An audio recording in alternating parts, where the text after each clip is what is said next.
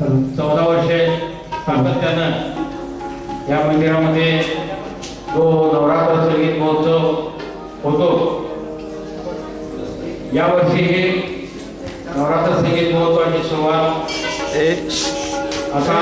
लगेच होत आहे आणि या कार्यक्रमामध्ये माऊली प्रस्तुत अमृतधारा या मराठी हिंदी गीताचा कार्यक्रम कोपरीचे सर्व स्थानिक कलाकार यांच्या वतीनं या ठिकाणी होतोय। या सर्व कलाकारांचं त्याचप्रमाणे शिंदेसागरवर सुनील गुरव, राजा ओके, निवेदक सुरेश जाधव या सर्व संचालक सागर जोशी या सर्व कलाकारांचं मी या कार्यक्रमाच्या निमित्तानं स्वागत करतो। यावर्षी महाराष्ट्राचे आद्य वाल्मिकी आदरणीय गदिमा आडगुळकर,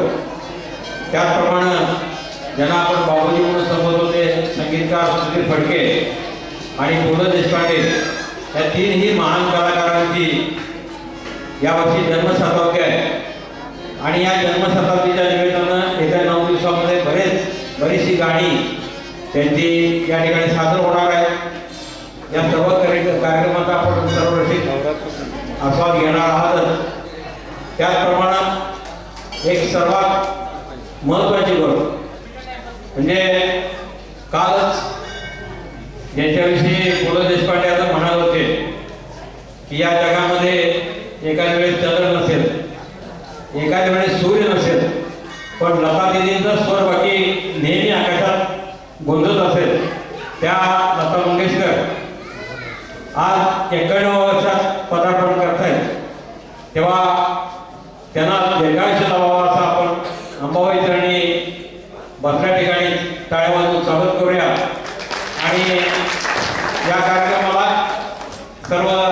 जे रसिक होते आहेत त्यांचंही मी स्वागत करतो आणि सर्व कलाकार बंधूंचे स्वागत करून या कार्यक्रमाला सुरुवात करावी